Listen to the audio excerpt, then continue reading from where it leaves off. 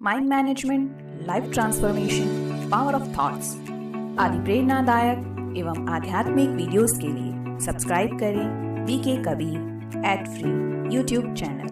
अच्छा एक बात बताओ, आप सिंपल, आप मेरी भोली भोली माताएं बैठी हैं, भाई लोग बैठे हैं, आप मुझे एक बात बताइए कि अपने बच्चे को, अपने पति को या पत्नी को याद करने के लिए मेहनत करनी पड़ती है क्या? आपको अपना पति, माताएं जो आपके युगल हैं, आपको आराम से याद आते हैं कि उसके लिए बहुत मेहनत करनी पड़ती है? भाइयों को बहुत क्या कह रहे हैं वो तो ऐसे ही भूलना मुश्किल है। अच्छा सुनो, होता क्या है कि अगर हमारी याद, देखो याद से पहले एक चीज होती है, क्या होती है? संकल्प। संकल्प उठता है, वो संकल्प अगर अच्छा है यानी, तो याद मतलब उसी प्रकार की होती है और वैसा हम अनुभव करते हैं। जैसे किसी व्यक्ति की विशेषताओं के बारे में सोचा तो एक संकल्प उठा उसकी विशेषताओं के बारे में, और विशेषताओं से हमारा माइंड कनेक्ट हो गया। विशेषताओं की एनर्जी कैसी होती है? एकदम प्योर, खुशी वाली। तो हमारा माइंड उसके माइंड से कनेक्ट हुआ और हम वही हैप्पीनेस अनुभव करने लगेंगे जो हैप्पीनेस उसकी विशेषताएं उसे अनुभव कराती हैं। वैसे ही जब हम संकल्प करते हैं, किसी की नेगेटिव चीज के बारे में सोच रहे हैं कि अरे ऐसा बोलता है, ऐसे चलता है, ऐसे बैठता है, सोच रहे हैं, याद कर रहे हैं उसे, ये भी योग है, ठीक है, ये भी योग है, लेकिन ये नेगेटिव है, दुखदायी है, ठीक है। इसको कहते हैं वास्तव में वियोग। एक होता है योग, एक होता है वियोग, तो ये है वियोग, ठीक है, दुखदायी है, दुखदायी है। तो यहां पर हमें क्या है कि विचार हमने क्या क्रिएट किया, वो ऐसा है, वो ऐसा है, कनेक्ट हो गई। माइंड ने वही चीज खींचनी शुरू कर दी जिस नेगेटिव संस्कार के कारण वो आत्मा दुखी रहती है, वही दुख अब हम अनुभव कर रहे हैं, ठीक है। लेकिन गौर किया कि पति को, बच्चे को, पत्नी को, दोस्तों को याद करने में मेहनत क्यों नहीं है? चाहे याद कैसी भी हो, ठीक है, वियोग है, योग है, लेकिन याद तो आ रही है ना। क्यों आ रही है? क्योंकि उनके बारे में हमने अपने मन को भरा हुआ है। हमारे मन में बहुत सारी सूचनाएं, इंफॉर्मेशन, ज्ञान उनका है। परमात्मा क्यों नहीं याद आता? परमात्मा क्यों नहीं याद आता? क्योंकि परमात्मा के बारे में हम इतना ही जानते हैं कि वो शिव है या शिव बाबा है। दुनिया में भी देखो, ज्ञान काल में भी हम जानते थे हाँ शिव भगवान है, बस। उसके अलावा हम क्या जानते थे कि पहाड़ों में बैठा है, कोई तपस्या कर रहा है, पार्वती की साइड में बैठे, इतना कुछ जानते हैं बस। यहाँ के हमने ज्ञान लिया तो शिव बाबा के बारे में कितना हमने समझा, जाना, और उसके बाद हम डेली परमात्मा महावाक्य कितना स्टडी करते हैं। अगर हम परमात्मा महावाक्य डेली स्टडी करते हैं तो हमारा माइंड उसके बारे में सूचना कहो या ज्ञान कहो से भरेगा, और जितना हमारा माइंड उसके बारे में यानी परमात्मा के बारे में भरेगा, उतना उसके बारे में सोच पाएगा अपने आप। जैसे पति के बारे में सोचते हो, पत्नी के बारे में सोचते हो, मित्रों के बारे में सोचते हो, अपने आप ही तो आते हैं ना ख्याल। हमें कुछ उसके लिए ऐसे ध्यान में थोड़ी ना बैठना पड़ता है। ठीक वैसे ही परमात्मा का ख्याल भी हमें चलते फिरते आएगा, क्योंकि परमात्मा में कोई नेगेटिविटी है ही नहीं। वो प्रेम, सुख, शांति सबका सागर है। वो दुख, अशांति, ये सब वो जानता तक नहीं, उसे पता भी नहीं। तो जब भी हम उसे याद करेंगे तो वो योग ही होगा, वियोग नहीं होगा, क्योंकि हम उसे नेगेटिव वे में याद कर ही नहीं सकता है। हालांकि हमने ये भी देखा है, ज्ञान काल में कई बार कहते थे ना, परमात्मा ने मेरे जीवन में ये कर दिया, वो कर दिया, वो कर दिया, वो कर दिया, तो वो गलत सूचना, गलत इन्फो हमने भरी थी परमात्मा के बारे में, इसलिए हम उससे वियोग भी कर लेते थे। लेकिन वास्तव में परमात्मा ऐसा कुछ नहीं करता है। परमात्मा गलत कर ही नहीं सकता। उसके लिए गायन है कि वो सुख का सागर है, प्रेम का सागर है, शांति का सागर है, आनंद का सागर है कि नहीं? बोलो, है ना? तो वो दुख का सागर है, अशांति का सागर है, नफरत का सागर है, कभी कहा है? नहीं कहा। तो मतलब फिर वो कैसे कर सकता है सब हमारे साथ? नहीं कर सकता। गलत वो नहीं करता, गलत हम। देखो, परमात्मा का रोल है हमें ज्ञान देना, हमारा रोल है उस ज्ञान को इंप्लीमेंट करना, ठीक है। परमात्मा में ज्ञान देंगे, हम इंप्लीमेंट करेंगे तो सुख पाएंगे, इंप्लीमेंट नहीं करेंगे तो दुखी होंगे अपने कर्म के अनुसार। अब ये परमात्मा ने हमको दुख नहीं दिया है, तो इस बात को हमें विशेष समझना है, ठीक है।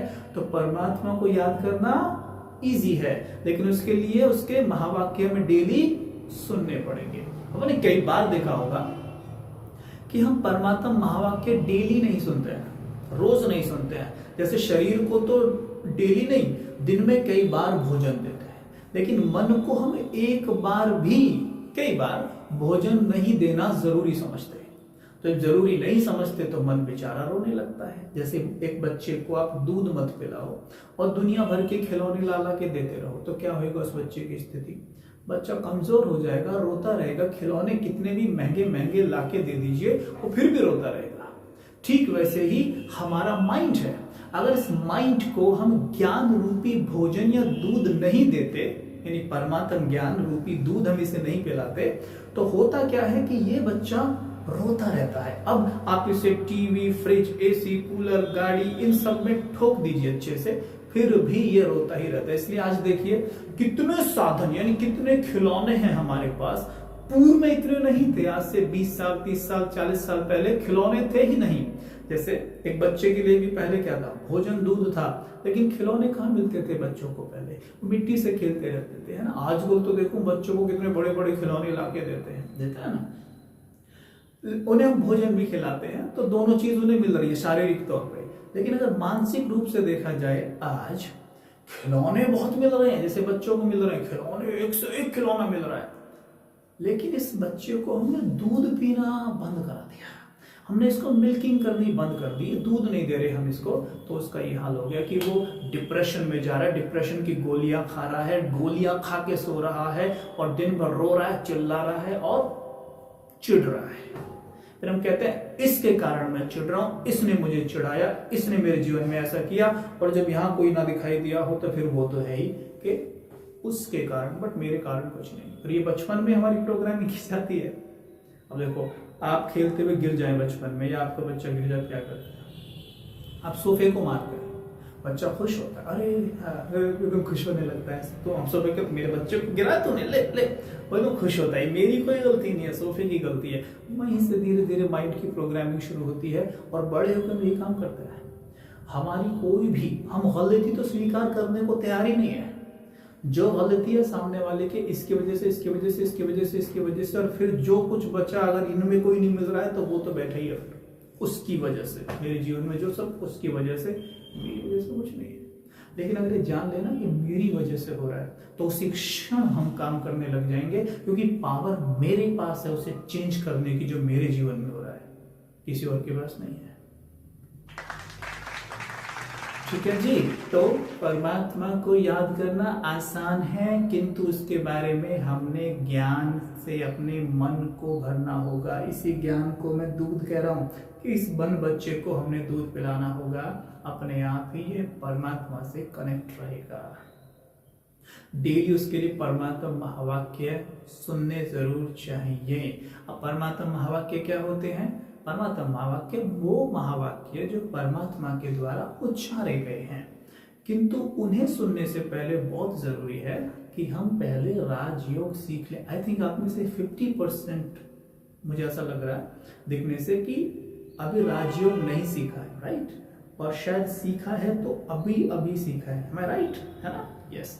तो हमने क्या करना है, राजयोग पहले सीखना है। बेसिक कोर्स होता है, निःशुल्क होता है, हमने वो सीखना है। सीखने के बाद हमने परमात्मा महावाक्य कभी मिस नहीं करना है, कभी मिस नहीं करना। अगर मिस किया तो मन बच्चे को भूखा रख दिया, और भूखा रखते ही फिर तो वो रोएगा। फिर कैसे भी खिलौने आप उसको दो, वो रोएगा, रोता रहेगा, रोता रहेगा। ये परमात्मा महावाक्य किसी से भी मिस ना हो, ये बात ध्यान रखना, पक्का कर लेना, बिल्कुल पक्का। मैं कई बार देखता हूं कि जैसे कई बार बताते हैं भाई बहन कि कोई भी चीज अगर घर में ऊपर नीचे होती है, जैसे एक भाई बता रहे थे कि आज उनके घर पानी नहीं आया, ठीक है, पानी नहीं आया तो वो सेंटर नहीं गए, मतलब वो उन्होंने परमात्मा महावाक्य नहीं सुने। ओके, सबसे पहला काम उन्होंने क्या किया, परमात्मा महावाक्य स्किप किए। और बाकी मैंने उनसे पूछा उसके अलावा और आपने क्या स्किप किया? भोजन स्किप किया? नहीं स्किप किया। ऑफिस स्किप किया? जो ऑफिस नहीं होंगे गए, तो फिर कैसे गए आप? वो पड़ोस से पानी ले आया था। अच्छा, तो तब क्यों नहीं आया पानी जब वो परमात्मा महावाक्य सुन रहे थे? तो हम क्या करते हैं, हमारे माइंड की प्रोग्रामिंग है कि हम इस मन बच्चे को भोजन सेकेंडरी कराएंगे, इस तन को कितना कुछ कराओ, लेकिन मन को अरे समय मिलेगा तो कराएंगे। क्यों? क्योंकि हमें क्या है कि यही हमने सीखा है। देखो एजुकेशन दो तरह की होती है, एक होती है रूहानी पढ़ाई, एक होती है जिस्मानी पढ़ाई। स्कूल में हम पढ़ते हैं जिस्मानी पढ़ाई। जिस्मानी पढ़ाई बहुत बढ़िया है, बिल्कुल करनी है। जिस्मानी पढ़ाई मन के लिए लेके आती है खिलौने, रूहानी पढ़ाई मन के लिए लेके आती है मिल्क। ठीक है, अब हम क्या है कि रूहानी पढ़ाई तो हमें मिल ही रही है, तो जिस्मानी पढ़ाई मिल रही है, लेकिन जिस्मानी पढ़ाई में एक चीज और सिखाती है अनजाने में, जो कि मन तन धन, वो कर देती है धन तन मन। यानी धन पहले, अगर धन कमाने से समय बचे तो तन को देना, और फिर अगर थोड़ा बहुत समय बचे तो मन को देना। वहीं पे रूहानी पढ़ाई हमें सिखाती है मन तन धन। सबसे पहले मन रूपी बीज को पानी दो, तन रूपी वृक्ष हरा भरा रहेगा और उस पे धन रूपी फल अवश्य ही लगेगा। ये लॉ है। तो ये हमें रूहानी पढ़ाई पढ़ाती है। अगर हम ऐसा समझ लें तो जीवन ना बदल जाए। तो बोलो कैसा लगता है, करेंगे? राजयोग जिस जिसने नहीं सीखा हाथ उठाइएगा जरा। ओ काफी हैं। कौन कौन सीखेगा हाथ उठा? सब? अरे वाह, ताली बजाओ अपने लिए। वेरी गुड, वेरी गुड, बहुत बढ़िया। अच्छा, आप में वो कौन कौन है जो अभी परमात्मा महावाक्य नहीं सुन रहे हैं डेली? हैं कुछ, है ना? तो अब शुरू करेंगे, क्योंकि मन रूपी बच्चे को हमने डेली भोजन देना है, तो कमजोर हो जाएगा ना, है ना? वेरी गुड, बहुत अच्छे, वेरी गुड।